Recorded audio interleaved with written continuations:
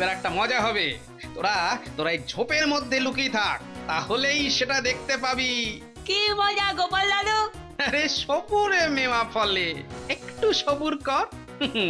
নিজের চোখেই দেখতে পাবি। তোরা এখানেই থাক, আমি একটু ঘুরে আসি।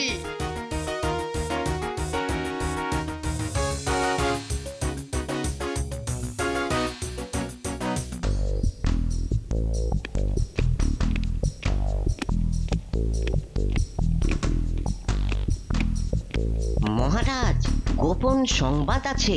বলো বলো, শীঘ্র বলো। মুর্শিদাবাদের নবাব আপনার রাজ্যে এক গুপ্তচরকে পাঠাচ্ছেন। সে কি? হ্যাঁ মহারাজ, সে খুব তাড়াতাড়ি এসে পড়বে। আর আরো একটা খবর আপনাকে বলার আছে মহারাজ। আবার কি? সেটা আমি আপনার কানে কানে বলি মহারাজ।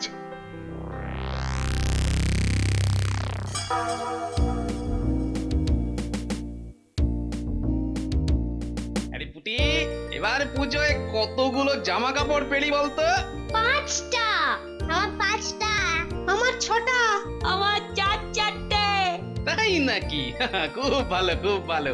আরে এবার তো তোদেরই পুজো মনে হচ্ছে রে।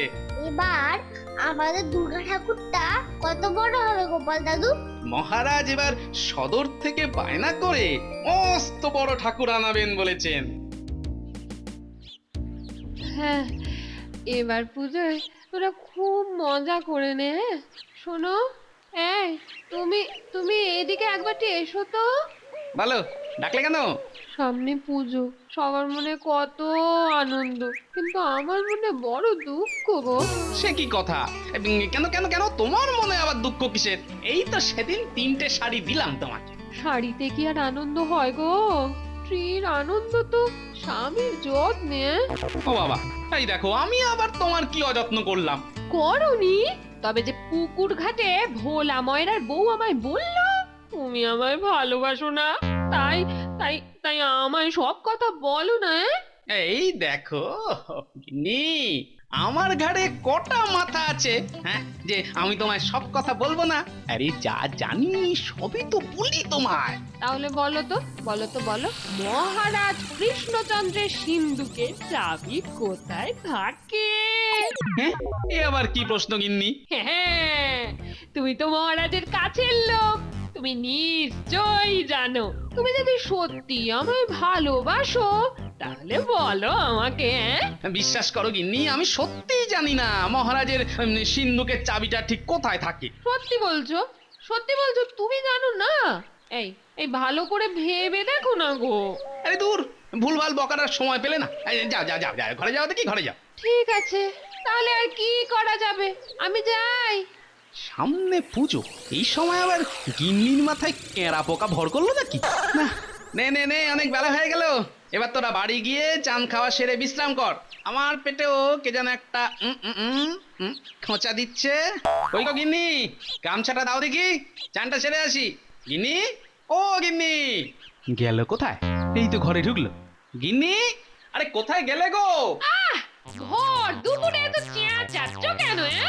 আরে তুমি বাইরে থেকে ভেতরে আসছো যে? আরে তুমি তো ঘরেই ছিলে। বলো যা, তোমার কি মাথাটাও খারাপ হয়ে গেছে গো? ঘরে থাকলে কি আমার চলবে? এই এই এই এই এতগুলো জামা কাপড় কেচে এই সবে পুকুর ঘাট থেকে ফিরলাম। এই দেখো, এই সবে ফিরলে? তবে যে একটু আগে ওই উঠোনে আমার সঙ্গে কথা বললে।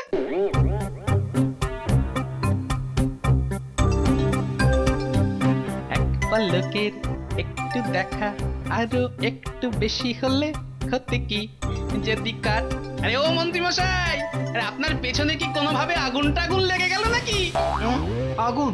দোষ কেন বলো তো গোপাল? আরে না মানে ভাই, এমনি সময় তো আপনার ওই চলতে ফিরতে 18 মাসে বছর হয়, আর আজ দেখছি পায়ে খুর লাগিয়ে একেবারে ছুটে চলেছেন, এই বললাম আর কি।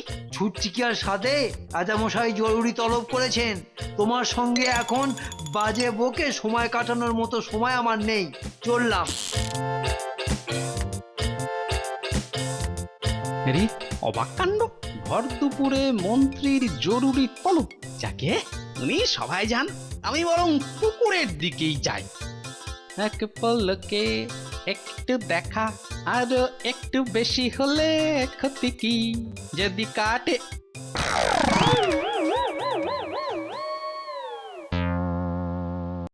কি এই তো একটু আগে মন্ত্রী মশাই রাজসভার দিকে চলে গেলেন, তাহলে তাহলে ওই দিক থেকে আবার আসছেন কি করে? হ্যাঁ, আরে আমি কি ভুল দেখছি নাকি? না না, মন্ত্রী তো। কি হে গোপাল, ভর দুপুরে এরকম ভ্যাবলা কান্তের মতো এখানে দাঁড়িয়ে আছো কেন? না, তার আগে আপনি বলুন তো মন্ত্রী মশাই, এই একটু আগেই তো আপনি রাজপ্রাসাদের দিকে চলে গেলেন মহারাজের সঙ্গে জরুরি কথা বলতে, তা আবার আপনি ওই দিক থেকে এখানে এলেন কি করে? এতক্ষণে বুঝলাম মহারাজ ঠাকুরের বায়না দিতে আমাকে কেন পাঠিয়েছেন, তোমাকে কেন নয়। মানে মানে তুমি পাগল ছাগল হয়ে গেছো, বেশি খেয়ে খেয়ে না তোমার পেটটাই শুধু ঢোলের মতো ফুলেছে, মাথায় ছিটে ফোটা বুদ্ধি গজায়নি। শোনো গোপাল, আমি গেছিলাম সেই সদরে দুর্গা ঠাকুরের বায়না দিতে, আর এই সবে ফিরছি। কিন্তু কিন্তু আমি তো একটু আগে মন্ত্রীকে, এই দেখো, আমার কি তাহলে সত্যি মাথাটা খারাপ হয়ে গেল? প্রথমে গিন্নি, তারপরে মন্ত্রী, এদের সবাইকেই আমি দুবার দুবার করে দেখছি কেন? না গোপাল না, ঠাকুর আসার আগেই অন্য একটা লোক এ রাজ্যে এসে কোনো ক্ষতি করতে চাইছে। ক্ষতি? না, একটু খোলসা করে বলুন তো মহারাজ। নবাব এক গুপ্তচরকে এ রাজ্যে পাঠিয়েছেন, সে আবার অতি ধূর্ত এক লোক। সে কি? নবাব তাকে কেন পাঠিয়েছে মহারাজ?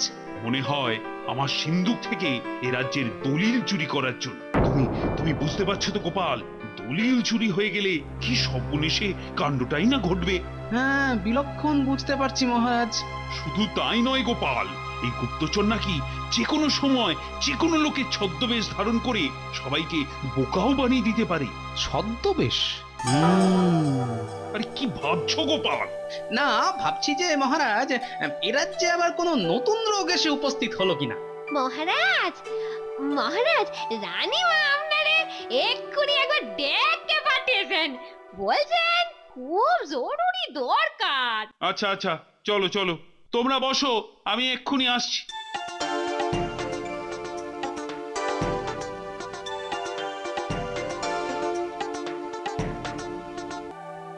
মন্ত্রী মশাই, বসিয়া বসিয়া ম্যাজ ম্যাজ করে গা, সেই যে গেল, রাজা তো এখনো ফিরিল না। চুপ করো, রাজামশাই রানীমার কাছে গেছেন। না, না মানে দরকারি কথা আছে বললেন, কিন্তু কিন্তু এত সময় পার হয়ে গেল, এখনো তো এলেন না। হ্যাঁ, কোনো সংবাদও তো পাঠালেন না। সব কিছু কেমন যেন গন্ডগোলের মনে হচ্ছে। ওই তো মহারানী এসে গেছেন। হ্যাঁ মন্ত্রী, আমি মহারাজের কাছে জানতে এলাম মা দুর্গার বায়না দেওয়া আছে কিনা। তা তিনি কোথায় গেলেন বলুন তো? ও মা, কিছুক্ষণ আগে দাসীকে দিয়ে আপনিই তো ওনাকে ডেকে পাঠিয়েছিলেন, উনি তো আপনার কাছেই গেলেন। সে কি কথা, উনি তো আমার কাছে যাননি। জানি, কিন্তু কিন্তু মহারাজ তো অনেক আগেই বেরিয়েছেন। তাহলে কোথায় গেলেন উনি? কি হবে এখন? রানীমা, আপনি উতলা হবেন না, আপনি অন্দরমহলে যান, আমি দেখছি। সবাই মিলে এক্ষুনি মহারাজকে খুঁজতে শুরু করো। হালচাল তো ভালো বলে মনে হচ্ছে না। না, আমি আগে গিয়ে সিন্দুকটা সামলাই। তুমি আমার ওদিকে চললে কোথায়? সিন্দুক পাহারা দিতে হবে মন্ত্রী মশাই। হয়েছে মাথা ব্যথা, আর তুমি দিচ্ছ পেট খারাপের ওষুধ। রাজাকে না খুঁজে তুমি যাচ্ছ সিন্ধুকের কাছে। সেটাই তো এখন বেশি দরকার মন্ত্রী মশাই। এ কি, তোমরা সবাই উঠে হুড়োহুড়ি করছো কেন? মহারাজ, আপনি ফিরে এসেছেন। উফ, বাঁচলাম। আমরা ভেবেছিলাম আপনি হারিয়েই গেছেন। হ্যাঁ মহারাজ, তাই আমরা বড়ই উতলা হয়ে পড়েছিলাম। আরে আমি তো গেছিলাম বাগানে রানীকে খুঁজতে, কিন্তু খুঁজেই পেলাম না, তাই আবার ফিরে এলাম। ওহ, আচ্ছা গোপাল, তুমি ওই সিন্দুক নিয়ে কি একটা বলছিলে, শুনতে পেলাম, বলো। হ্যাঁ ভাই, বলছিলাম যে মহারাজ, ওই আমার বাড়ির সিন্দুকটার উপর অনেক ধুলো পড়েছে মহারাজ, পুজোর আগে পরিষ্কার করতে হবে। সন্ধে হয়ে গেল, তাহলে আমি এখন আসি মহারাজ, আসি। আচ্ছা আচ্ছা, যাও যাও। মহারাজেরও দেখছি সেই রোগ ধরেছে। রি বাবা, ব্যাপারটা তো মোটেও সুবিধের নয়। কিছু একটা গন্ডগোল নিশ্চয় আছে। ব্যাপারটা দেখতে হচ্ছে। শোন, এবার একটা মজা হবে। তোরা তোরা এই ঝোপের মধ্যে লুকিয়ে থাক, তাহলেই সেটা দেখতে পাবি। কি মজা গোপাল দাদু? আরে সবুরে মেওয়া ফলে, একটু সবুর কর। নিজের চোখেই দেখতে পাবি। তোরা এখানেই থাক, আমি একটু ঘুরে আসি।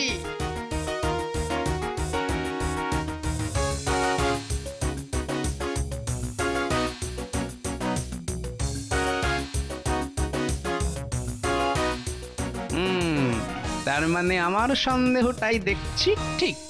মহারাজ, তুমি কিন্তু এখন এখানে এত রাতে কেন গোপাল? কি চাও?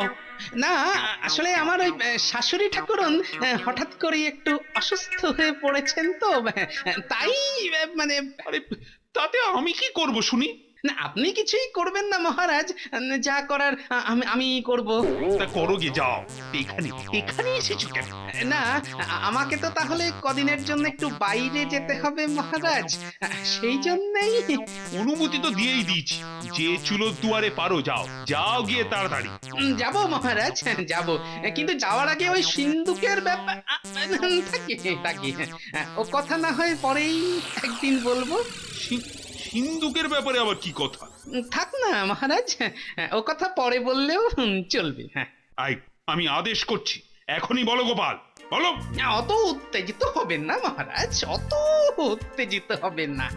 বলছি।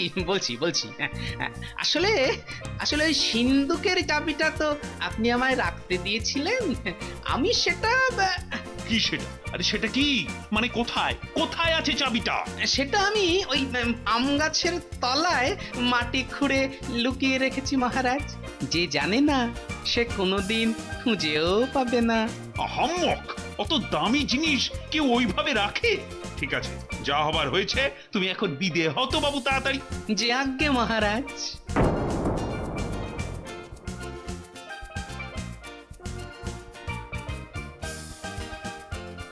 চুপ করে দেখ, এইবার কেমন খেলা শুরু হয়।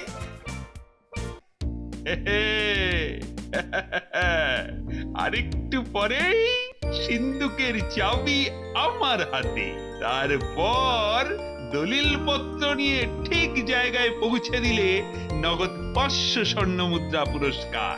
আর মহারাজ কৃষ্ণচন্দ্র তখন রাস্তায় বসে বসে ভেরেন্ডা বাজাবেন।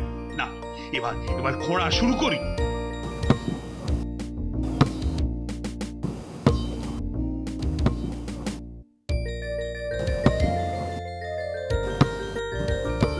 কোথায় গেল?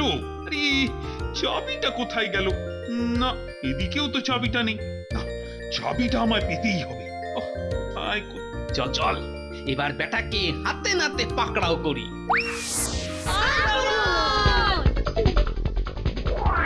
ওরে বাবা, কি রে? ওরে বাবা রে, মেরে ফেললো রে, মেরে ফেললো। ও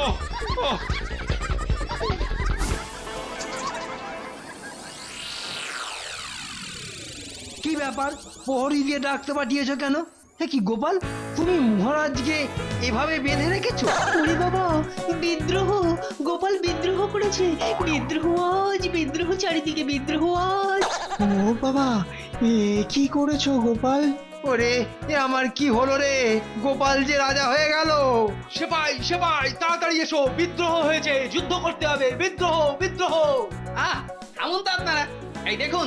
এই, এটা কে? ও মা, এ তো নকল। বাবা, সয় না আমার এত ধকল।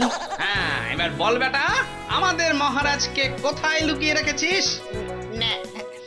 না মানে ইয়ে আর কি, ইয়ে। দেখাচ্ছি তোর ইয়ে। এই নেবলা, এই পুটি গুলডে টেপা, ধরতো বেটাকে আবার চ্যাংদোলা করি। না, বলছি ওই বাগানের মধ্যে মহারাজকে বেঁধে রেখেছি।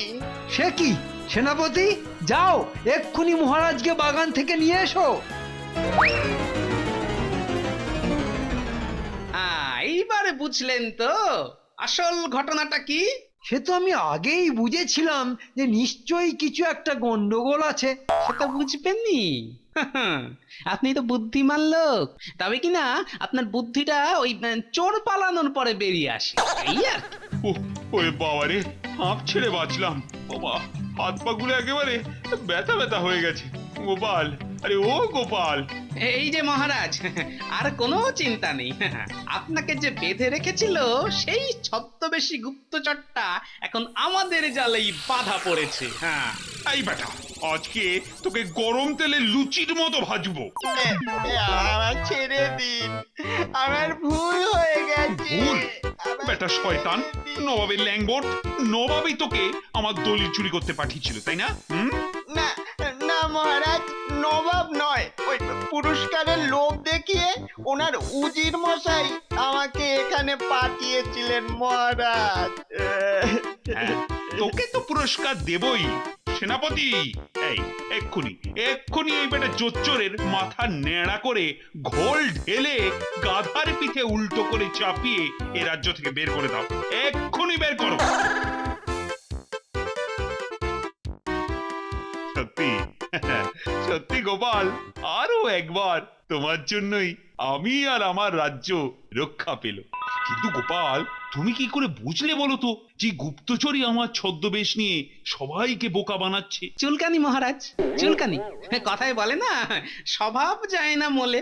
ওই বেটা গুপ্তচর আমার বউ সাজুক আর মন্ত্রী মশাই সাজুক, কেবল কান চুলকোতেই থাকে। ওকে যখন আপনার ছদ্মবেশ নিয়ে ওই সিংহাসনে বসে কান চুলকোতে দেখলুম, তখনই সব জলের মতো পরিষ্কার হয়ে গেল। চমৎকার গোপাল, সত্যি সত্যি তোমার কোনো তুলনা নেই। এই মন্ত্রী, আজ থেকে গোপালের মাস মাইনে আরো 50 টাকা বাড়িয়ে দাও। মহারাজ, ওই ছদ্মবেশীটাকে ধরতে এরাও কিন্তু আমাকে অনেক সাহায্য করেছে। তাই নাকি?